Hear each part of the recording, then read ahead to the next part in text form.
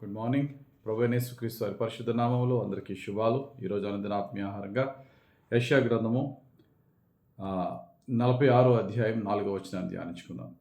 ముదిమి వచ్చే వరకు నిన్ను ఎత్తుకున్న వాడును నేనే, తల వెంట్రుకలు నెరియు వరకు నిన్ను ఎత్తుకున్న వాడును నేనే చేసి ఉన్నాను, చంక పెట్టుకుని వాడును నేనే, నిన్ను ఎత్తుకొనుచు రక్షించు వాడును నేనే. చదవబడిన వాక్యంలో దేవుడు చెప్తున్న మాటలు, ముదిమి వచ్చే వరకు అంటే నువ్వు వృద్ధుడు అయినంత వరకు కూడా నేను ఎత్తుకుంటాను, నేను నీ తల వెంట్రుకలు నెరిసేంత వరకు కూడా నేను ఎత్తుకుంటాను నేను. ఎందుకో తెలుసా? 3 విషయాలు ఇక్కడ ఈ యొక్క వచనంలో దేవుడిని యెహోవా మనకిస్తున్న వాగ్దానంలో 3 విషయాలు మనం ధ్యానించుకుందాం. 1, నిన్ను సృష్టించిన వాడును నేనే, అంటే నేను నిన్ను కలుగు చేశాను. 2, నేను నిన్ను వృద్ధుడు అయినంత వరకు చంటి పిల్లను తల్లి ఎత్తుకున్నట్టు చంక పెట్టుకుని ఎత్తుకుంటాను. 3, ఎత్తుకొనుచు రక్షిస్తాను నేను. ఈ 3 విషయాలు మనం చూసినట్లయితే మొట్టమొదటిగా నిన్ను చేసి ఉన్నాను, నిన్ను చేసిన వాడును నేనే. సెల్ ఫోన్ని ఎవరైతే కనిపెట్టారో ఆ వ్యక్తికి సెల్ ఫోన్ మీద సంపూర్ణ అవగాహన ఉంటుంది. దానివల్లే అతడు సెల్ ఫోన్ డిజైన్ చేయగలిగాడు. మనం సృష్టించిన మన సృష్టికర్తకి మన గురించి సంపూర్ణ అవగాహన ఉంటుంది, అందులో తిరగలేదు. సంపూర్ణ అవగాహన అంటే ఏంటండి? మన బలాలు ఆయనకు తెలుసు, మన బలహీనతలు ఆయనకు తెలుసు. మన బలాలు బట్టి పర్వాలేదు, కానీ మన బలహీనతలు బట్టి మనం కృంగిపోతూ ఉంటాం. నేను ఎంత అజ్ఞానినేటి, వీళ్ళందరూ ఎంత జ్ఞానులైతే, వీళ్ళందరూ ఒక క్వశ్చన్ని 10 సార్లు చదవక్కర్లేదు, ఒకసారి చదివితే వచ్చేస్తుంది. మా ఫ్రెండ్స్ అందరికీ నేను 10 సార్లు చదివితేనే కానీ రావట్లేదేంటి, నేను ఎంత స్లో లెర్నర్ నేటి అని ఒక స్టూడెంట్ కుమిలిపోతూ ఉంటాడు. ఒక ఉద్యోగి వీళ్ళందరికంటే నేను ఎప్పుడు పెద్దవాడిని అవుతానని ఆలోచన చేస్తూ ఉంటాడు. ఎందుకని నా లైఫ్ ఎలా ఉంది? ఆత్మీయంగా జీవించాలనుకుంటున్న వ్యక్తి ఆత్మీయంగా జీవిద్దాం అనుకుని కూడా ఆత్మీయంగా జీవించలేక బలహీనతలలో లోనైపోయి, అయ్యో నేను పరిశుద్ధంగా ఉండలేకపోతున్నానేటి అని బాధపడతాడు. ఈ అన్ని బాధలు, అన్ని ఫీలింగ్స్ మన సృష్టికర్తకు తెలియదా? మనం ఎందులో వీక్ ఆయనకు తెలియదా? మనం ఎందులో ముందుకు రాలేకపోతున్నాము, రాణించలేకపోతున్నాం అని తెలియదా? దేవుడు అంటున్నాడు, నాయన నేను సృష్టించిన వాడినరా, నీ బలహీనతలు నాకు తెలియదా? నీ ఇబ్బందులు నాకు తెలియదా? నీ హృదయాంతరంగంలో వేదన నాకు తెలియదా? నీ గురించి నాకు సమస్తము తెలుసు. దేవుడు ప్రార్థన చేయమంటాడు మనల్ని. ఎందుకు ప్రార్థన చేయమంటున్నాడంటే మనకేం కావాలో ఆయనకు తెలియదని కాదు, ఆయనకి చెప్పగా ఆయన నా కార్యాలను, ఆయన నా అవసరతలు తీర్చగల దేవుడని నీకు విశ్వాసం ఉంటే ఆ విశ్వాసమే నీ ప్రార్థన ద్వారా చూపించు. మనం దేవునికి ప్రార్థిస్తున్నామంటే అర్థం ఏంటి? ఆయన నా జీవితంలో కార్యాలు చేస్తాడని. అంటే మన ప్రార్థన మన విశ్వాసాన్ని చూపిస్తుంది అన్నమాట. అందుకని దేవుడు ప్రార్థన చేయమంటున్నాడు, కానీ ఆయనకు తెలియక కాదు. నీ సమస్త బాధ, నీ బలహీనతలు నాకు తెలుసు. అందుకనే రెండోది ఏంటి? నేను ఎత్తుకునే వాడను నేనే. వృద్ధ వయసు వచ్చి తల నెరిసి వెంట్రుకు తల పండిపోయిన తర్వాత ఎవరిని ఎత్తుకోరు.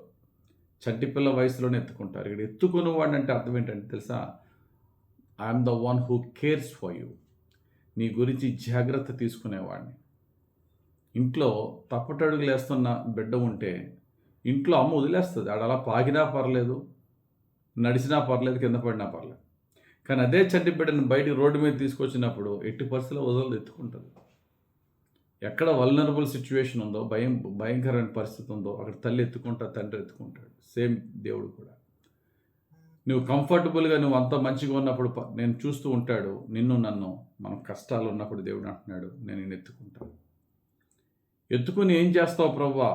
ఎత్తుకోవడం వల్ల ఏంటి అంటే, దేవుడు ఎప్పుడు ఎత్తుకుంటాడు అంటే when ever hour strength fails, మన బలము బలహీనతగా మారినప్పుడు, మనం మోయలేని భారం మన మీద పడినప్పుడు, మనం చేద్దాం అనుకున్న పని ముందుకు వెళ్ళినా మన వల్ల కానప్పుడు, మన బలహీనత చూసి దేవుడు ఆయన బలమైన చేతినిచ్చి మళ్ళీ ఎత్తుకుంటాడు. ఎత్తుకొని ఏం చేస్తాడు? మూడవది, నిన్ను ఎత్తుకొని సంరక్షించు వాడును నేనే. చివరికి ఏం చేస్తాడట? He protects us, he saves us. కాపాడుతాడు, రక్షిస్తాడు. ఏ కీడుతో మనం బాధపడుతున్నాం ఆ కీడు నుంచి విడిపించి కాపాడుతాడు, విమోచిస్తాడు, డెలివర్ చేస్తాడు. రెండోది, రక్షిస్తాడు. ఏ పాపంతో శోధింపబడుతున్నాం, ఏ టెంప్టేషన్తో శోధింపబడుతున్నాము ఆ టెంప్టేషన్, ఆ సాతాను శోధన మనల్ని నాశనం చేయకుండా ఆ నాశనం నుండి మనల్ని ప్రిజర్వ్ చేసి రక్షిస్తాడు. కాబట్టి 3 విషయాలు మనం ధ్యానించుకుందాం. నన్ను సృష్టించిన నా సృష్టికర్తకు నా బలహీనతలన్నీ తెలుసు. 2, నన్ను సృష్టించిన నా సృష్టికర్త నన్ను ఎత్తుకుంటాడు. ఎప్పుడు ఎత్తుకుంటాడు? నా బలము సరిపోనప్పుడు, నా బలహీనతల వల్ల నేను కృంగిపోతున్నప్పుడు ఖచ్చితంగా నా సృష్టికర్త నన్ను ఎత్తుకుంటాడు. ఎత్తుకుని ఏం చేస్తాడు? నన్ను కాపాడుతాడు, నన్ను రక్షిస్తాడు. ప్రతి శోధన, నా మీదకు వచ్చే ప్రతి శోధన నుంచి నాకు జయం వచ్చేలాగా ఆయన నాకు తోడుండి నన్ను కన్న తండ్రిగా ఎత్తుకుంటాడు. ఎప్పుడు? ఎడతెగక ఆయన పాదాలు పట్టి ప్రార్థించినప్పుడు. మన ప్రార్థనే ఆయన పట్ల మనకున్న విశ్వాసాన్ని వ్యక్తపరచవచ్చు ప్రార్థన ద్వారా. కాబట్టి ఈ 3 విషయాల్ని ఈరోజు మనం పదే పదే జ్ఞాపకం చేసుకుందాం. నా సృష్టికర్తకు నా గురించి అన్నీ తెలుసు. నా సృష్టికర్త, నా బలం సరిపోనప్పుడు నా సృష్టికర్త నన్ను ఆయన కౌగులు ఎత్తుకుంటాడు. ఎత్తుకున్న నా సృష్టికర్త శోధన శత్రువు నన్ను జయించలేని విధంగా ఆయన నా పక్షంగా పోరాడి నన్ను కాపాడుతాడు. శత్రువు నుండి, శోధన నుండి రక్షిస్తాడు. ఆయన ప్రియబిడ్డగా ఆయన ఫలింపజేస్తాడు. ఇదే విశ్వాసంతో ఆయన వైపు చూద్దాం.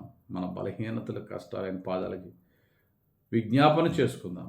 ఆయన కృపలో రక్షింపబడదాం. దేవుడు తన పరిశుద్ధ వాక్యం మన జీవితంలో నెరవేర్చునుగాక. ఆమె. పరిశుద్ధుడా, ప్రేమ కలిగిన తండ్రి, ఉదయకాల నుంచి నీ యొక్క శ్రేష్టమైన వాక్యం బట్టి వందనాలు. మా సృష్టికర్తవు నీవు, మమ్మల్ని ఎత్తుకునేవాడవు నీవు, మమ్మల్ని రక్షించేవాడవు నీవు, మా బలహీనతలన్నీ తెలిసిన దేవ నీవే మమ్మల్ని కరుణించి, క్షమించి, రక్షించి, కాపాడి, పరిశుద్ధపరిచి నీ దక్షిణ హస్త బలముతో మమ్మల్ని పరిశుద్ధంగా జీవింపచేయమని యేసుక్రీస్తు ప్రభు పరిశుద్ధ నామంలో ప్రార్థించి వేడుకొంచున్నాము తండ్రి. ఆమె. తండ్రి యొక్కయు, కుమారుని యొక్కయు, పరిశుద్ధాత్మ దిన అభిషేకం హెచ్చుగా మనపై దిగి వచ్చి మనం రక్షించి, కాపాడి, దీవించును గాక. ఆమె. ఆమె. ఆమె. God bless you.